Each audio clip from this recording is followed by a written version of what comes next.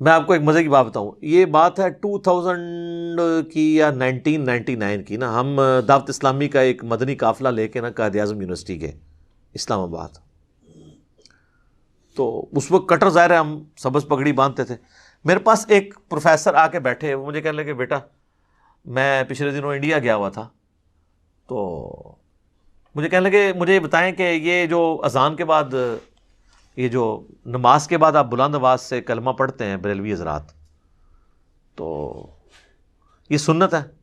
تو میں نے کہا نہیں جی یہ تو کوئی سنت نہیں ہے. میں نے کہا میں تو پڑھتا ہی نہیں ہوں. اور آپ کو بتاؤں حیران کن بات، فیضان مدینہ کراچی جہاں الیاس قادری صاحب ہزاروں لوگوں کو لے کے بیٹھے ہوتے ہیں مدنی چینل پہ، وہاں نماز کے بعد کلمہ نہیں ہوتا، پن ڈراپ سائلنس ہوتی ہے، کوئی کلمہ نہیں پڑھا جاتا. میں نے الیاس قادری صاحب کے پیچھے 1999 میں بالکل پیچھے ان کی امامت میں پہلی صف میں کھڑے ہو کے کتنی نمازیں پڑھی ہیں. ابھی بھی جا کے کوئی چیک کرنا چاہتا ہے کر لے. لیکن پنجاب میں دعوت اسلامی کے کئی مراکز ہیں، وہاں پہ کلمہ ہو رہا ہے، پتہ ہے ان کو کہ یہ غلط ہے، کہ جو لوگ لیٹ ہو جاتے ہیں ان کی نماز ڈسٹرب ہو جاتی ہے، لیکن نہیں، روک نہیں سکتے. یہ ہمارے کالا دیو والی جتنی مسجدیں ان کے انڈر آتی ہیں، یہ جو کوٹلی والے پیر ہیں کشمیر والے، کشمیر میں ان کی سینکڑوں مساجد ہیں، کہیں پہ کلمہ نہیں اونچی آواز سے پڑھا جاتا. تو وہ پروفیسر صاحب مجھے کہنے لگے کہ جی اب وہ ان پہ تو اوسی پڑ گئی نا. میں نے جب بات کی میں نے کہا یہ تو کوئی نہیں، ہم تو نہیں پڑھتے. تو کہنے لگے میں یہی آپ کو بتانے لگا تھا کہ میں باقاعدہ بریلی اعلیٰ حضرت کے مزار پہ میں نے حاضری دی ہے، اور وہاں ان کی جو اپنی مسجد ہے اعلیٰ حضرت کی، جہاں ان کی اولاد نمازیں وغیرہ پڑھاتی ہے، جو مدرسہ ہے منظر الاسلام، وہاں پہ تو نماز کے بعد کلمہ نہیں اونچی آواز سے پڑھا جاتا. تو پھر بریلوی خود بھی کیا بریلوی ہیں؟ یہ سوچنے کی بات ہے نا، کہ بس ایویں سن سنا کے سننی، جس کو میں کہتا ہوں ٹنی، پڑھ پڑھا کے سننی نہیں. میں کہتا ہوں جی اعلیٰ حضرت کی تعلیمات میں کئی باتیں ایسی ہیں جن پہ یہ عمل کر لینا تو باقی مکاتب فکر کے ساتھ یہ کئی اختلافات ختم ہی ہو جائیں. احکام شریعت میں اعلیٰ حضرت نے لکھا ہے کہ نبی علیہ السلام کی مبارک جالیوں کے بارے میں کہ ان کو آپ چھو نہیں سکتے. عام قبر کے بارے میں لکھا ہے اس کے سامنے حد رکوع جھک نہیں سکتے. قبر کو چومنا، وہ کہتے ہیں چومنے میں اختلاف ہے، لیکن میرے نزدیک بہتر ہے کہ چوما بھی نہ جائے، حد رکوع جھکا بھی نہ جائے، اس کو ہاتھ بھی نہ لگایا جائے. تو یہ قبروں کو چومنے چاٹنے والے سارے لوگ کون ہیں؟ تو تعلیمات کو، اور اعلیٰ حضرت نے کوئی اسلام جاری نہیں کیا کہ بھی انہوں نے کہا کہ میری مسجد میں جو ہے مصطفیٰ جان رحمت پہ لاکھوں سلام پڑھا جائے. اب باقی انہوں نے وصایا شریف میں کہا تھا کہ میری میت کے ساتھ جو ہے نا وہ پڑھا جائے، وہ کعبے کے بدرود ہو جا تم پہ کروڑوں درود، وہ والا سلام. یہ والا اس میں پھر بھی نہیں ہے. لیکن یہ بھی مطلب میں ویسے انفارمیشن کے طور پہ بتا رہا ہوں، یہ نہ تسی کہو کہ جی یہ شروع کرا دینے جڑا اعلیٰ حضرت تو ثابت ہے. اعلیٰ حضرت سے نہیں ثابت دیکھنا، وہ آپ نے حضرت محمد صلی اللہ علیہ وآلہ وسلم سے ثابت دیکھنا ہے، جن کو آپ اعلیٰ نہیں کہتے ہیں، صرف حضرت محمد کہتے ہیں. فرق دیکھ لینا، وہ صرف حضرت محمد، یہاں اعلیٰ حضرت. ٹھیک ہے نا جی. میں کئی بار سنتا ہوں، آپ دیکھیں یہ اپنے علماء کے ناموں کے ساتھ اتنی لمبی لمبی دمیں کئی بار، یعنی مدنی چینل پہ میں نے دیکھا ہے نا کہ وہ الیاس قادری صاحب کا نام لیتے ہیں تو ان کے ساتھ اتنے القابات، ابو البلال فلاں فلاں فلاں، اپنی کتاب میں فرمان مصطفیٰ نقل کرتے ہیں، مصطفیٰ کا اللہ صلی اللہ علیہ وآلہ وسلم. کبھی کبھار القابات بھی لگا لیتے ہیں، کئی بار اکیلے بھی. اور کئی لوگ تو ایسے ہیں اللہ معافی دے، اگر ایک جملے میں 3 دفعہ نام ہے 3 دفعہ القابات ریپیٹ کرتے ہیں. تقریر لمبی ہو جائے ان کو کوئی غرض نہیں ہے. آپ حسام الارمین پڑھ کے دیکھ لیں اعلیٰ حضرت کی. چوتھا فرقہ وہابیہ شیطانیہ، جو شیطان لعین ابلیس کے پیروکار ہیں، جس طرح کے روافض شیطان عطاق کے پیروکار ہیں، یہ انہوں نے لکھا ہے. بڑے یعنی سخت سخت الفاظ ہیں، تو کوئی ٹالریٹ کرنے کے لیے تیار نہیں ہوتے. پھر آپ دیکھ لیں کہ انہوں نے ان کے جو ملفوظات ہیں وہ بھی شرف اس جہلم شہر کو ہی حاصل ہے، یہیں سے چھپے ہوئے ہیں ملفوظات شریف.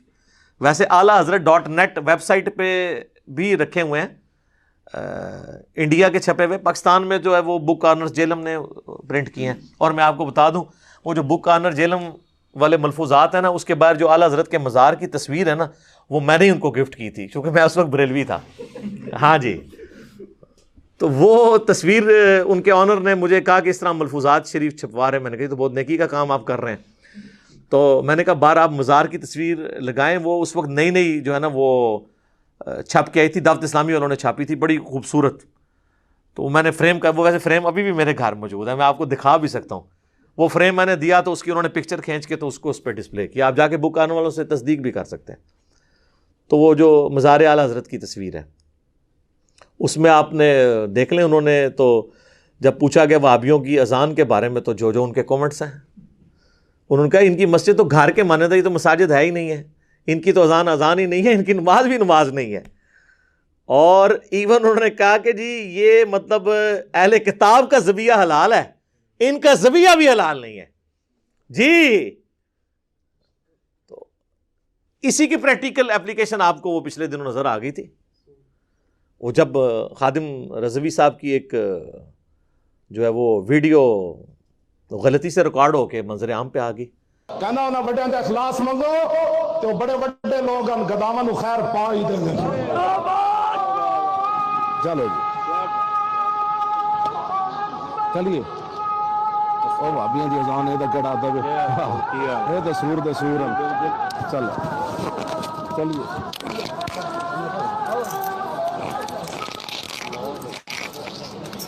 یہ لادہ بات ہے کہ وہ ان کے ماننے والے اس کی تعویل کر رہے ہیں، ان کو کہے اس کی تو تعویل چھوڑ دیں، اعلیٰ حضرت نے تو اس سے سخت باتیں لکھی ہوئی ہیں، اس کی تو تعویل ممکن نہیں ہے نا.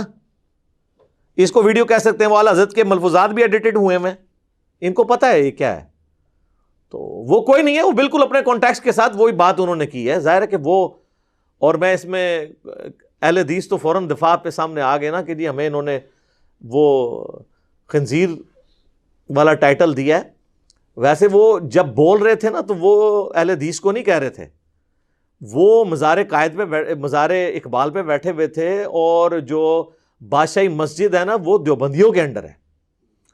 تو ذرا تھوڑے سے محتاط ہو جائیں کہ بریلوی جو ہیں وہ دیوبند اور اہل حدیث دونوں کو ہی وہابی کہتے ہیں. تو اہل حدیث خواہ جو ہے وہ سیکھ پاؤ کے کلپ ریکارڈ کرا رہے ہیں، بیسیکلی تو دیوبندیوں کو کلپ ریکارڈ کروانے چاہیے. اچھا دیوبندیوں نے بھی کرائے ہیں کیونکہ ان کو پتا چل گیا تھا کہ ہمیں کہا گیا، اہل حدیث کو نہیں انہوں نے کہا تھا. وہ دونوں کا ہی، اہل حدیث کو تو اس سے بھی وہ آگے کی ورژن سمجھتے ہیں نا، لیکن وہ جو کہہ رہے تھے نا یہ وہابیاں دی اذان ہے، تو وہ اذان ہو رہی تھی بادشاہی مسجد میں، اور بادشاہی مسجد اہل حدیث کے انڈر نہیں ہے، وہ دیوبندیوں کے انڈر ہے. تو وہ وہابی ان کو کہہ رہے تھے. اعلیٰ حضرت بھی دیوبندیوں کو وہابی کہتے ہیں، ایون بہار شریعت میں بھی اہل حدیث کو وہابی کہا گیا، ٹھیک ہے نا. ان کو پیور وہابی اور دیوبندیوں کو گلابی وہابی. وہ آپ بہار شریعت کا مقدمہ پڑھ کے دیکھ لیں، وہ ٹاپک کہیں اور چلا جائے گا پھر. تو میرے پاس تو بہت کچھ کہنے کو ہے، ظاہر ہے میری تو اپنی پوری زندگی کے سمجھ لیں ابھی 43 ایئرس ایج ہے، تو 31 ایئرس تو میرے بریلویت میں گزرے ہیں. 10 سال میں سبز پگڑی بھی باندھتا رہوں، دعوت اسلامی میں بھی رہا ہوں. تو میں نے یہ حسام الحرمین اپنی داڑھی مچھ نکلنے سے پہلے کی پڑھی ہوئی ہے، مجھے پتہ ہے اس میں کیا کچھ لکھا ہے. انہوں نے 1905 میں حسام الحرمین احمد رضا بریلوی صاحب نے لکھی، اور اس میں علماء دیوبند، 4 علماء دیوبند پہ اور 5ویں غلام احمد قادیانی دجال کے اوپر انہوں نے کفر کے فتوے لگائے، اور اسے کنکلوڈ کرتے انہوں نے لکھا کہ ان کے کفر کے اوپر اجماع ہے، اور یہ بالاتفاق مرتد ہیں، یعنی واجب القتل، اور ان کے کفر میں شک کرنے والا بھی کافر. یعنی سارے دیوبندی جو اپنے ان سارے بزرگوں کو انکلوڈنگ اشرف علی تھانوی صاحب، ان پہ بھی فتویٰ تھا، وہ تو رحمۃ اللہ علیہ کہتے ہیں. تو یہ کروڑوں دیوبندیوں کو کافر ڈکلیئر کر دیا، اور کتاب کا نام رکھا حسام الحرمین. یہ لفظ ہے حسام الحرمین، حرمین کی تلوار. اور علماء عرب سے اس وقت کے جو صوفی تھے فتوے بھی لے لیے. انہوں نے پھر 26 سوال لکھ کے یہاں بھیجے. تو یہاں دیوبند کے جو اس وقت بہت بڑے شیخ الحدیث تھے، خلیل احمد سہارنپوری، جو شیخ زکریا کاندھلوی فضائل اعمال والے کے پیر و مرشد ہیں، انہوں نے فضائل اعمال میں ان کے حوالے بھی دیے ہیں. انہوں نے اس 26 سوالات کے جوابات دیے حسام الحرمین کے اگینسٹ، اور اس کتاب کا نام رکھا المہند علی المفند، ہند کی تلوار ایک سٹھیائے ہوئے پاگل بابے کے اوپر. اور پاگل بابا کسے کہا؟ احمد رضا بریلوی صاحب کو. اور اس میں انہوں نے لکھا کہ احمد رضا بریلوی اور ان کی پوری جماعت ایک شیطانی لشکر ہے جو ہمارے علماء دیوبند رضی اللہ عنہم پر حملہ آور ہوئی ہے، جس طرح کے شیاطین حملہ آور ہوتے تھے انبیاء کے اوپر. 14ویں صدی کے علماء کو انہوں نے رضی اللہ عنہم، اور ان کو مطلب کس لیول کے اوپر جا کے ٹریٹ کیا ہے کہ انبیاء پہ جیسے شیاطین حملہ آور ہوتے تھے نا، تو اس کا مطلب یہ ہے کہ دیوبندیوں نے المحنت کے اندر بریلویوں کی پوری جماعت کو شیطانی لشکر ڈکلیئر کر دیا، کروڑوں لوگوں کو۔ تو مجھے بتائیں جن کے بزرگ اتنی بڑی بڑی دراڑیں ڈال کے گئے ہوں تو اب وہ ایک پلیٹ فارم پہ کیسے اکٹھے ہوں؟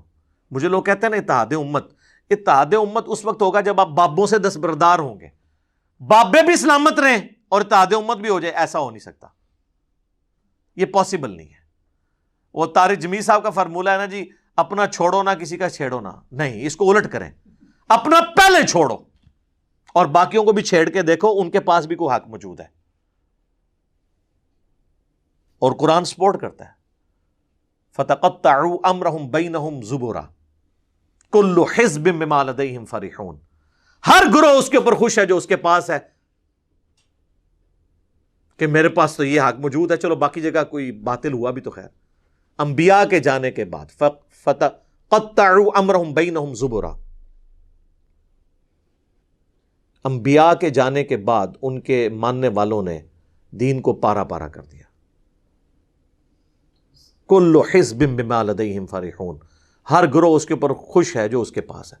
بریلوی خوش ہیں جی ہمارے پاس عشق رسول ہے، دیوبندی کہتے ہیں جی ہمارے پاس جو ہے عظمت صحابہ ہے، اہل حدیث کہتے ہیں جی توحید تو ہم نے پکڑی ہوئی ہے، شیعہ کہتے ہیں جی اہل بیت کا تو ہم ہی دفاع کرتے ہیں، اور سارے اپنی اپنی جگہ پہ خوش ہیں اور باقی ساری چیزوں کے اوپر کمپرومائز کیے ہوئے ہیں۔ تو یہ کبھی بھی ایک دوسرے کے لیے دعا نہیں کریں گے، کیونکہ ان کے بزرگوں نے جتنی بڑی دراڑیں ڈال دی ہیں وہ اب فل نہیں ہو سکتی ہیں جب تک کہ بزرگوں سے دستبردار ہو کے ہم کتاب و سنت کو بنیاد نہ مان لیں۔